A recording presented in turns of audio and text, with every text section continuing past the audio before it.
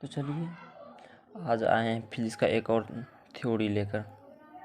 ये सब जितना भी अभी थ्योरी हम करवा रहे हैं ये कोई फालतू का थ्योरी हमें नहीं लगता कोई एक ऐसा हो सकता है। हमको जो लग रहा है कि ये थ्योरी देगा इसलिए ही हम आपको ये थ्योरी करवाएं, ना कि कोई फालतू का थ्योरी जिससे कि बोर्ड में एग्जाम कोई पूछता ही नहीं। ये जो गोस देखिए एक थ्योरी है, गोस के प्रमेय को लिखें तथा सत्यापित करें। जो गोस का प्रमेय क्या होता है ये ऑब्जेक्टिव में आपको पूछ देगा। ये फा है आप मैथ पर, लेकिन अगर आप मैथ का स्टूडेंट हैं तो आशा करते हैं कि आपको ये जो है अच्छी से समझ आए। लेकिन बायोलॉजी का है आप स्टूडेंट, बायोलॉजी से लिए हैं, अगर मैथ में थोड़ा वीक है तो शायद आपको दिक्कत हो सकती है। लेकिन अगर मैथ का स्टूडेंट है तो हमको पता है कि आपको समझ आएगा, क्योंकि इसमें समाकलन और अवकलन का भी जरूरी होगा। तो चलिए इसको हम पहले एक डायग्राम बना लेते हैं जो गोस का प्रमेय है। चलिए कुछ इस प्रकार से इसका डायग्राम होगा।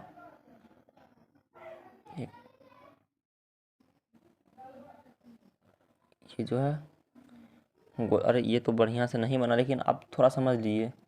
आप जो है कोशिश करिएगा कि बोर्ड एग्ज़ाम में थोड़ा बढ़िया से बने डायग्राम, बट हमसे नहीं बना, कोई बात नहीं। चलिए आप समझिए, ठीक है। ये जो एक ये है यही गोस प्रमेय जो है इसी का हम बना रहे हैं डायग्राम। तो यहाँ से यहाँ तक हम ले लेते हैं, इसको जो है प्लस क्यूब और ये हो जाएगा ds। ऐसा क्यों कर रही है अभी तुरंत आपको अभी हम बता देते हैं ये सब क्या है, ये क्या लिख रहे हैं। अभी आपको लग रहा होगा कि क्या लिख रहे हैं क्या नहीं, लेकिन आपको अभी जस्ट समझ में आएगा कि ये सब है क्या, क्योंकि अभी आप तो पढ़े नहीं हैं। देखिए अब ये यहाँ से क्या क्या है इसको हम आपको कोशिश करेंगे आपको अच्छा से हम समझा दें, ठीक है। आप कोशिश करेंगे एक भी डाउट जो है आपको नहीं बचना चाहिए। चलिए ये जो यहाँ से है ये ए है, यहाँ प्लस क्यू है, ये डी एस है, आप एक बार देख लीजिए। बस ये जो है बी है, यहाँ से इसको हम कलर कर देते हैं, ठीक है। और इसका जो ये पी है, और ये जो लिखे हैं जितना भी जो है ये यहाँ पे कौन भी बन रहा है थीटा, यहाँ देखिए थीटा का कौन भी बन रहा है, डायग्राम नहीं बना, थीटा बन रहा है कौन, ठीक है। तो चलिए इसको पहले लिख देते, क्या गोस का प्रमेय को लिखें तो पहले गोस के प्रमेय लिख देते हैं तो बेहतर होगा। गोस का प्रमेय होता है किसी घिरे हुए सतह पर कुल विद्युत फ्लक्स उसके भीतर उपस्थित आवेश 1/ε0 के गुणा होता है। तो चलिए इसको लिखते हैं किसी, तो चलिए इस चित्र को समझते हैं। आपको लग रहा होगा कि अभी तुरंत ये तो लिखा नहीं था लेकिन तुरंत हो गया। तो इसको जो है आपको उस वीडियो को जो है हम रोक कर लिखें। अगर इसको नहीं रोक कर लिखते तो आपको ये जो पूरा समझाने में दिक्कत होता और ये वीडियो काफ़ी लंबा हो जाता। इसलिए आपको हम कम टाइम में ज़्यादा जानकारी देना चाहते हैं, इसलिए हम वीडियो को पहले रोक कर लिख लिए। इसके बाद आपको हम अभी एक चीज़ हम समझा, हर एक चीज़ यहाँ जो है पॉइंट बाय पॉइंट समझा देंगे, ठीक है। तो ये जो पहले ये ऊपर वाला यहाँ तक ये जो है यहाँ तक इधर ये अलग है। ये जो पहले क्वेश्चन में क्या है गोस के प्रमेय को लिखें, तो पहले तो आपको गोस का प्रमेय लिखना है। वैसे तो गोस का प्रमेय बहुत बड़ा में होता है, लेकिन उसको हम छोटा छोटा करके लिखें अपनी अपनी भाषा में, आपको काफ़ी अच्छा से समझ आ जाएगा। देखिए क्या होता है, किसी घिरे हुए सतह पर कुल विद्युत फ्लक्स उसके भीतर उपस्थित आवेश 1/ε0 गुना होता है, 1/ε0 गुणांक होता है, ठीक है। ये जो है ये आपको याद करना होगा, इसमें कोई ट्रिक नहीं है, इसमें कोई आपको ऐसा नहीं है कि हम आपको दिमाग में हम घुसा दें। ये आपको याद ही करना होगा। आपको प्रैक्टिस 3-4 आपको खुद से लिखिए, खुद से याद करिए, लेकिन आपको ये याद करना होगा, ठीक है। इसको देखते हैं। इसमें आपको कोई हम समझा नहीं सकते कि आपको इसको हम कैसे समझाएं होता। देखिए एक कोशिश करते हैं, किसी घिरे हुए सतह पर, मतलब कोई घिरा हुआ सतह है, किसी घिरे हुए सतह पर कुल विद्युत फ्लक्स, उसका जो कुल विद्युत फ्लक्स होगा उसके भीतर जो है उपस्थित, उसके भीतर कोई उपस्थित रहता है आवेश, ओकर जो है ε0 गुणांक होता है।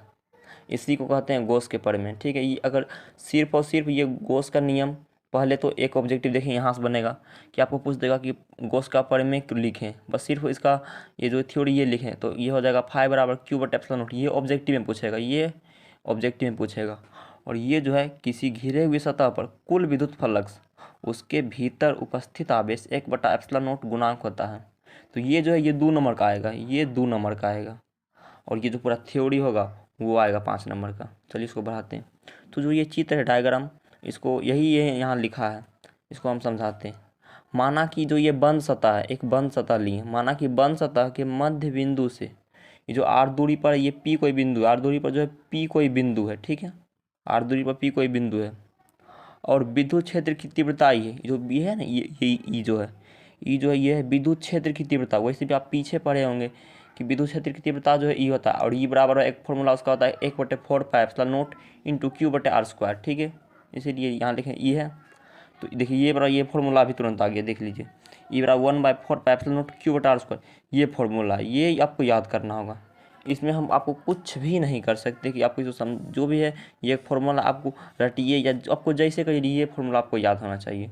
ये बहुत बहुत बहुत भी आई है। हो सकता है 1 नंबर या 2 नंबर में ऑब्जेक्टिव में पूछ दे ये क्वेश्चन कि आपको बताइए विद्युत क्षेत्र की तीव्रता जो है, इसी में आपको मात्रक और बीमाइश का भी पूछता है, ठीक है, उस पर हम ज़्यादा वीडियो नहीं जाएंगे, तो नहीं तो लंबा हो जाएगा। तो देखिए पी से जो है पी एन एक लंब खींचा है, पी से जो है पी एन एक लंब खींचा गया है, ये एक लंब है जो पी से पी एन खींचा गया, ठीक है, लंब खींचा गया, और विद्युत क्षेत्र की तीव्रता के साथ जो है विद्युत क्षेत्र की तीव्रता और साथ में ये थीटा कोण बना रहा है, ये देखिए थोड़ा थीटा कोण बना रहा है, विद्युत क्षेत्र की तीव्रता के साथ थीटा कोण बना रहा है, ठीक है, यही लिखा है, पी से पी एन लंब खींचा गया है और विद्युत क्षेत्र की तीव्रता के साथ थीटा कोण बनाती है। देखिए यहाँ से एक फॉर्मूला बनेगा, जो सामान्य तीव्रता, पहले आप हिंदी में देख लीजिए, सामान्य तीव्रता बराबर होता है, या इसको सामान्य इंग्लिश में देखिए नॉर्मल इंटेंसिटी, इसका होता है इंग्लिश, और हिंदी होता है सामान्य तीव्रता। आपको इंग्लिश भी जानना चाहिए, वैसे कोई ज़रूरी नहीं है, लेकिन हम बस ऐसे ही लिख दिए, सामान्य तीव्रता बराबर हो जाएगा ई कोस थीटा, ठीक है। उसके बाद देखिए माना कि बंद सतह के अंदर, ये जो अंदर, माना कि बंद सतह के अंदर एक छोटा सा क्षेत्र जो है हम ए बी लिए, माना कि बंद सतह के अंदर एक छोटा सा क्षेत्र ए बी लिए, और जिसका जो बड़ा सा क्षेत्रफल होगा वो हो जाएगा डी एस, छोटा क्षेत्रफल ये ए बी होगा ये, और इसका जो बड़ा वाला हो जाएगा ये डी एस हो जाएगा। चलिए इसको अब आगे हम समझाते हैं इसको, ठीक है, इसमें तो जगह ही नहीं है। चलिए दूसरा पेज ले लेते हैं, इसको हम समझाते हैं, देख लीजिए, अरे ये तो हो ही नहीं रहा। तो चलिए ये देखिए आपका ये हुआ था यहाँ तक, उसके बाद आगे इसको सॉल्व करते हैं, यहाँ तक समझ आ गया, यहाँ तक हमें नहीं लगता आपको कोई दिक्कत होगा। इसमें पेज की कमी होने के लिए इसके लिए हम दूसरा पेज लेना पड़ा। चलिए यहाँ लिखते हैं, यहाँ देखिए डी फाइव बराबर, ये डी फाइव बराबर हो जाएगा, ये फॉर्मूला है एरिया और गुना में ई कोस थीटा। ये सब आपको याद ही करना होगा, इसमें हम कुछ नहीं कर सकते, आपको ज़्यादा समझा भी नहीं सकते कि क्योंकि ये सब याद करना, आप कुछ तो याद करना होगा। तो डी फाइव बराबर एरिया गुने ई कोस थीटा होता है। चलिए डी फाइव बराबर भी लिखते हैं। एरिया क्या है, एरिया को देखिए अब यहाँ माने थे, माना कि बंद सतह के अंदर एक छोटा सा क्षेत्र ए बी लिए और इसका क्षेत्रफल यही जो है ना, इसका क्षेत्रफल हो जाएगा डी एस एरिया। चलिए इसका हो जाएगा डी एस और गुना में इसको ई कोस थीटा, यही लिख देते हैं ई कोस थीटा, ई कोस थीटा, ठीक है। और देखिए अब इसका जो मान बिठाते हैं डी फाइव, तो डी एस को डी एस ही लिख देते हैं। एक चीज़ आप ध्यान दीजिए, ये जो ई है इसको हम कुछ माने थे क्या, ये एक फॉर्मूला आता है, थोड़ा गलती से निकल गया, ये एक फॉर्मूला ई बराबर होता है 1/4πε0 और बट्टा में 1/4πε0 Q/r²। तो चलिए इसको हम लिख लेते हैं 1/4πε0 इंटू में Q/r², ये ई का फॉर्मूला था, और कोस थीटा है तो कोस थीटा इंटू में यही हो, ये भी हो ये जाएगा। चलिए इसको हम सीधा कर लेते हैं, डी फाइव बराबर हो जाएगा, चलिए इसको हम सीधा कर लेते हैं, तो ये हो जाएगा, देखिए U1/4πε0, ये एप्सिलॉन है, ये जो इधर आ जाएगा, और जो क्यू है ये इंटू में क्यू आ जाएगा, ठीक है। और देखिए अब क्यों ऐसा कर रहे हैं ये आपको भी बहुत बहुत जस्ट समझ में आएगा। ये जो डी एस है, D S cos theta, D S cos theta बट्टा में r², ये देखिए समझाते हैं अभी तुरंत कैसा आया। तो डी फाइव है, डी फाइव हो गया, और ये 1/4πε0 है, इसको यहाँ हम लिख लिए, और 1/4πε0 इंटू क्यू, इसको एक साथ इधर कर दिए। और एक चीज़ यहाँ देखिए, और ये जो डी एस है और डी एस कोस थीटा बट्टा में r², इसको एक जगह। अब देखिए एक चीज़ आप इसको याद करिएगा, ये बहुत बहुत बहुत भी आई है। एक चीज़ आप ध्यान दीजिए, या एक्स्ट्रा है, जो डी ओमेगा, आप शायद पढ़े होंगे या नहीं भी पढ़े, तो चलिए आप देख लीजिए, डी ओमेगा का मान ही होता है, ये एक फॉर्मूला है, डी एस कोस थीटा अब बट्टा में आर स्क्वायर, ये जो है ये मान है, डी ओमेगा का मान होता है डी एस कोस थीटा बट्टे आर स्क्वायर। इसीलिए हम इसको इस प्रकार से किए हैं कि क्योंकि ये फॉर्मूला आप बैठ जाए। अगर आप कोई थ्योरी सिद्ध कर रहे हैं तो उसमें आप कोशिश कीजिए कोई ना कोई फॉर्मूला है लग ही जाए। चलिए इसको हम लिख लेते हैं, डी फाइव बराबर 1/4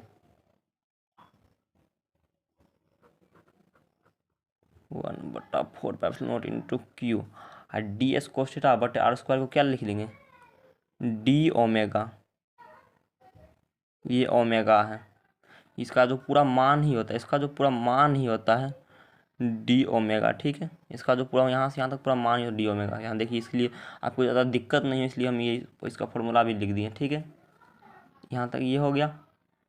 अब एक चीज़ ध्यान दीजिए, तो पूरे सतह का जो है, पूरे सतह पर विद्युत फ्लक्स, इसका जो पूरा सतह होगा,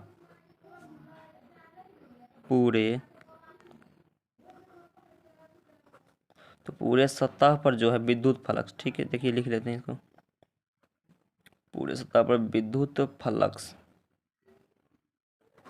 ठीक है, तो देखिए अब यहीं से आपको, इसलिए हम बोल रहे थे कि आप अगर मैथ का स्टूडेंट है तो यहाँ से ज़्यादा समझ में आएगा। देखिए यहाँ से क्या है, इसका इंटीग्रेशन, आप लोग समाकलन पढ़े होंगे मैथ में, जो कि बहुत उसमें मैथ का भी बहुत ही भी समाकलन, अवकलन और ये जो आव्यूह है, ये सबसे बहुत क्वेश्चन आता है। आप हो सकते हैं आपको, तो वो सब पढ़िए, उस सबसे बहुत ज़्यादा क्वेश्चन आता है।